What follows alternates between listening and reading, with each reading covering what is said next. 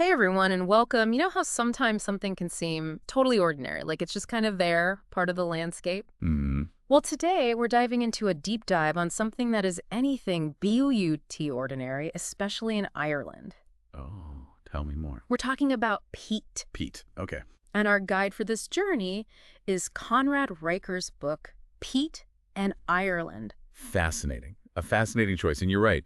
Peat is very deeply intertwined with Ireland. In fact, Mhm. peatlands cover a third of the country. Really? To put that into perspective, that's a larger area than some entire countries. Wow. Yeah. Okay, so we're talking a serious peat real estate here. Hmm. But before we get into that, let's start with the basics. Okay. For those of us who might be picturing a cozy cup of tea right now, what exactly are we talking about when we say peat? Good point. Peat is essentially decomposed plant matter. But, and here's the twist, it's been slowly decomposing in waterlogged conditions for thousands of years. Oh, wow. Okay. Yeah, so imagine, like, layers upon layers of mosses and grasses and other organic materials building up over time. And because it's so waterlogged, it doesn't decompose completely like, say, a compost pile would. Exactly. And that's what makes peat so unique. Whoa. Because the decomposition is so slow, it traps carbon within those layers, Interesting. making peatlands incredibly effective carbon sinks. Hold on. Carbon sinks. Feel like we need to break that down a bit. Yeah. What is that? So carbon sink is anything that absorbs more carbon from the atmosphere than it releases. Think of it like a giant natural storage unit for carbon dioxide, Okay. one of the main culprits behind climate change. Okay, so peatlands are soaking up carbon dioxide? That's Yeah. a good thing, right? Absolutely. Yeah. Peatlands are actually one of the most efficient carbon sinks on the planet. Wow. They store more carbon than all the world's forests combined. Wow, that's massive. So we've got these vast peatlands in Ireland quietly storing away carbon for millennia, and then humans come along. I'm guessing that's where things get a little interesting. Yeah, you could say that. And that's where Riker's book really digs deep into the fascinating and often complex relationship between peat and the Irish people. Yeah, because it's not just about what peat is, it's about what people have done with it, right? Yeah, And we're not talking about some recent fad. Riker takes us way back. we're talking millennia. Yeah.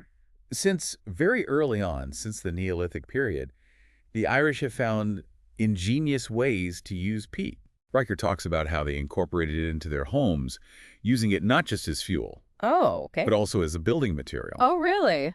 Imagine constructing entire homes from peat. It's amazing how resourceful people were back then. But building with peat, that sounds ambitious. It was. They even built artificial islands, known as crannogs, using layers of peat, brushwood, and stones in lakes. Wow. These structures provided secure dwellings, showcasing their incredible adaptability. Okay, that's next level ingenuity. Yes. But peat's uses went beyond just construction, right? Absolutely. Peat was essential for survival. How so? It provided fuel for warmth and cooking, which was crucial in Ireland's often harsh climate.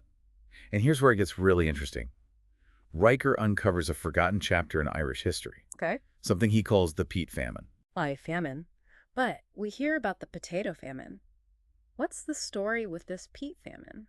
So you see, in the 19th century, Ireland experienced not one, but two devastating famines. Oh, wow. While the potato famine is well known, the peat famine, occurring around the same time, is often overlooked. Two famines. That's heartbreaking. What caused this peat famine? Was there suddenly no peat left? It wasn't about a complete absence of peat, but rather a scarcity that had a domino effect. Okay. Remember how central peat was for fuel and building? Right. Well, a combination of factors, including population growth and overharvesting of peat in extreme weather conditions, led to a severe peat shortage. So it was a perfect storm of circumstances. Exactly. That made a bad situation even worse. Exactly. People were already struggling with the potato blight, Mhm. and the lack of peat for fuel and building materials compounded their hardships.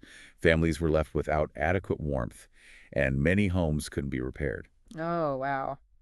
It's a stark reminder of how reliant people were on peat, not just for like comfort, but for survival. And it wasn't just keeping people alive, it was woven into the fabric of their culture. That's a great point.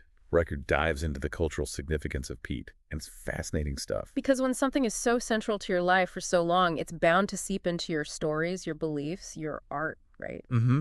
I'm thinking about those spooky tales of bog bodies and peat monsters. It's true. Peat bogs have a mystical, almost eerie quality, especially in Ireland, where they're often shrouded in mist. So it's no wonder that these landscapes inspired a rich folklore.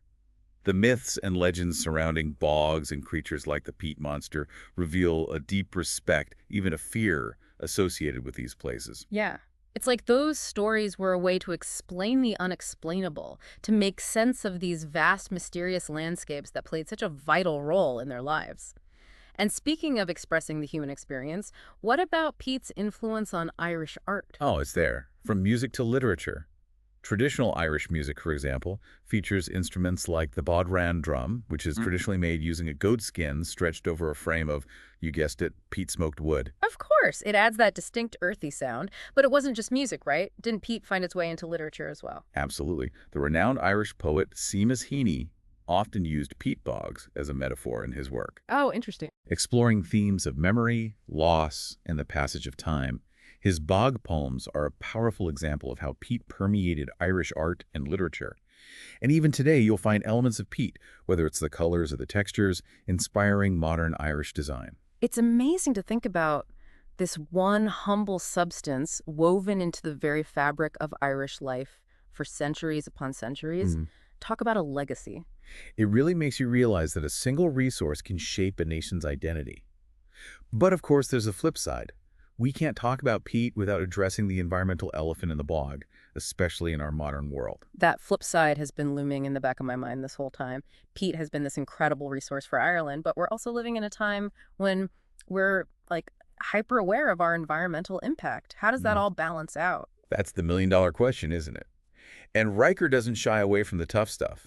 He dives right into how peat harvesting, while essential for so long, has had some serious environmental consequences. And when we talk about harvesting peat, it's not like picking apples, right? What does that process actually look like? It's a pretty intensive process. Traditionally, it involved cutting the peat from the bog, drying it, and then using it as fuel. But it disrupts the delicate ecosystem of the peatlands. So all those layers upon layers of slowly decomposing plant matter we talked about earlier, they're being dug up. Exactly. And that's a problem for a couple of reasons. First, it disrupts the peatland's ability to store carbon. Remember those carbon sinks we talked about? Right. When peat is harvested and burned, it releases that stored carbon back into the atmosphere, contributing to climate change. It's like we're undoing thousands of years of natural carbon capture in one fell swoop. Yeah, that's one way to put it. And secondly, peatlands aren't just carbon storing machines. They're also unique ecosystems that support a variety of plant and animal life. Right. We briefly touched on the spooky stuff, the myths, the bog bodies, but there's an entire web of life that exists in these bogs. Absolutely. Riker highlights some of the incredible species that have adapted to thrive in these waterlogged conditions.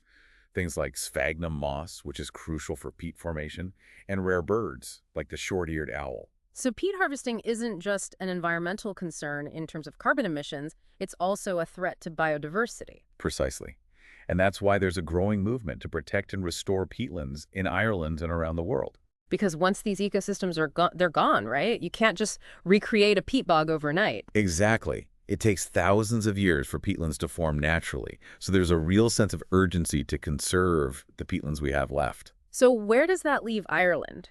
Peat has been such a vital part of the country's history, its economy, its culture, but we also can't ignore the environmental impact. It feels like we're at a crossroads. You've hit the nail on the head, and that's where things get really interesting. Riker explores how Ireland is grappling with this challenge, trying to find ways to honor its peat heritage while also embracing a more sustainable future. Because it's not about erasing the past, it's about finding a way to move forward in a way that benefits both people and the planet. Exactly. And Riker highlights some of the innovative solutions being explored. One is sustainable peat extraction, which involves carefully managing how and where peat is harvested to minimize environmental damage. So kind of like selective logging instead of clear-cutting a forest. That's a good analogy. It's about finding ways to harvest peat in a way that allows peatlands to regenerate, naturally.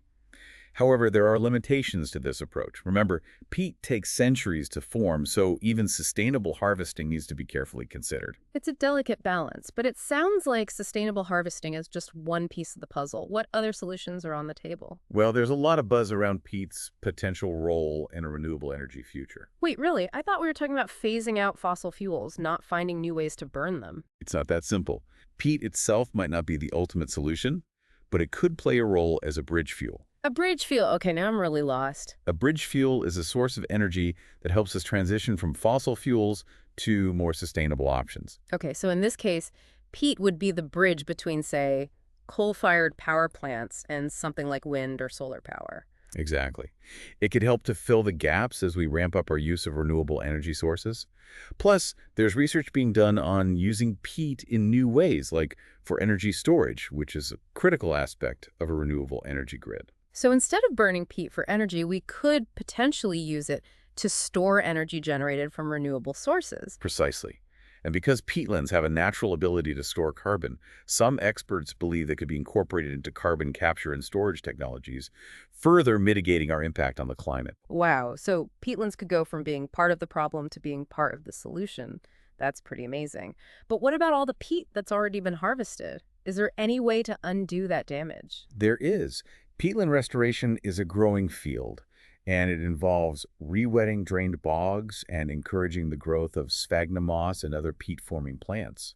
It's a long process, but it's been shown to be effective in restoring some of the ecological functions of these vital habitats. That's encouraging. It sounds like there's a real effort to right some of the wrongs of the past and find a more harmonious way to coexist with these incredible ecosystems. But we've talked a lot about the environmental side of things. What about the people whose livelihoods depend on peat? What does a sustainable future look like for them? That's a crucial part of the conversation, and it's something that Riker addresses in his book. He talks about the need for just transitions, where workers in the peat industry are provided with training and opportunities in renewable energy and other sectors. It's about finding solutions that work for everyone, not just the environment, but also the people whose lives are, intertwined with these resources. Yeah. Speaking of which, I'm really curious about this peat tourism you mentioned earlier. Well, People actually want to visit peat bogs. It's not exactly the first thing that comes to mind when I think vacation. it might seem surprising, but peatland tourism is a growing trend, and not just in Ireland. So, what are people doing in these bogs? Are they, like, taking selfies with piles of peat? It's a bit more nuanced than that. Uh, Peatland tourism is all about experiencing the unique beauty and cultural significance of these landscapes. Okay, I'm starting to see the appeal. Yeah, It's like those eco tours you hear about in like rainforests or on coral reefs. right. It's about appreciating the natural world and learning about its importance. You got it. People are drawn to the tranquility of bogs, the unique plant and animal life, and the chance to connect with a landscape that has played such a pivotal role in human history. Yeah. There are guided walks, bird-watching opportunities, and even bog-themed spas that utilize peat for its therapeutic properties. Bog-themed spas. Okay, now we're talking. Sign me up for a peat mud mass. It's more than just a gimmick, though. Okay. Peat has been used for its healing properties for centuries. Riker describes how it was traditionally used to treat skin conditions, arthritis, and even respiratory problems. So those ancient peat dwellers were onto something. They're basically living in a giant spa. Well, maybe not quite. Yeah. But it is interesting how these traditional uses of peat are being rediscovered and incorporated into modern wellness practices. Yeah, it's like this full circle moment going back to the roots of how people interacted with nature and finding new ways to appreciate and benefit from those practices. But we'd be remiss if we didn't circle back to one of the most intriguing aspects of peatlands, their ability to preserve the past. Yes, the bog bodies. It's a bit morbid, but I have to admit it's also completely fascinating. Yeah. How can something as seemingly delicate as a human body be preserved for centuries in a bog? It all comes down to the unique chemistry of peat bogs. They're highly acidic and low in oxygen, which slows down the decomposition process. Oh, wow. The sphagnum moss that makes up much of the peat also has antibacterial properties, further aiding in preservation, So it's like a natural mummification process. essentially. And these bog bodies aren't just curiosities. Right. They provide invaluable insights into the past, Oh. offering glimpses into the clothing, tools, and even the diets of people who lived centuries ago. Talk about a blast from the past. Yeah. It makes you realize that peatlands are more than just landscapes or sources of fuel. They're like time capsules preserving snapshots of history. That's a beautiful way to put it, and it highlights how interconnected everything is. Yeah. The past, the present, the environment, and human culture, all intertwined through this one remarkable substance. It's a humbling thought, but I think it's also an empowering one because it means that we have the power to make choices that shape the future of these resources and the landscapes they represent. Absolutely. And that's what I appreciate about Riker's book. He doesn't just present the problems, he also highlights the solutions, the innovative ways people are working to create a more sustainable future for peat and peatlands. Yeah, it's a reminder that we don't have to be passive observers. Right. We can all play a role in protecting these ecosystems, whether it's through supporting conservation efforts, choosing peat-free products, or simply learning more about the impact of our choices. And that's what this deep dive has been all about, exploring the multifaceted world of peat, uncovering its hidden depths, and hopefully inspiring our listeners to think differently about this often overlooked resource. I know I've learned a ton. Who knew peat could be so fascinating? It just goes to show that the most unexpected things can spark our curiosity and lead us down paths of discovery. Well said. And on that note, we want to thank you for joining us on this peat-tastic journey. We hope this deep dive has given you a new appreciation for the power of peat and the importance of finding balance between our needs and the needs of the planet. Until next time, keep exploring, keep learning, and keep diving deep.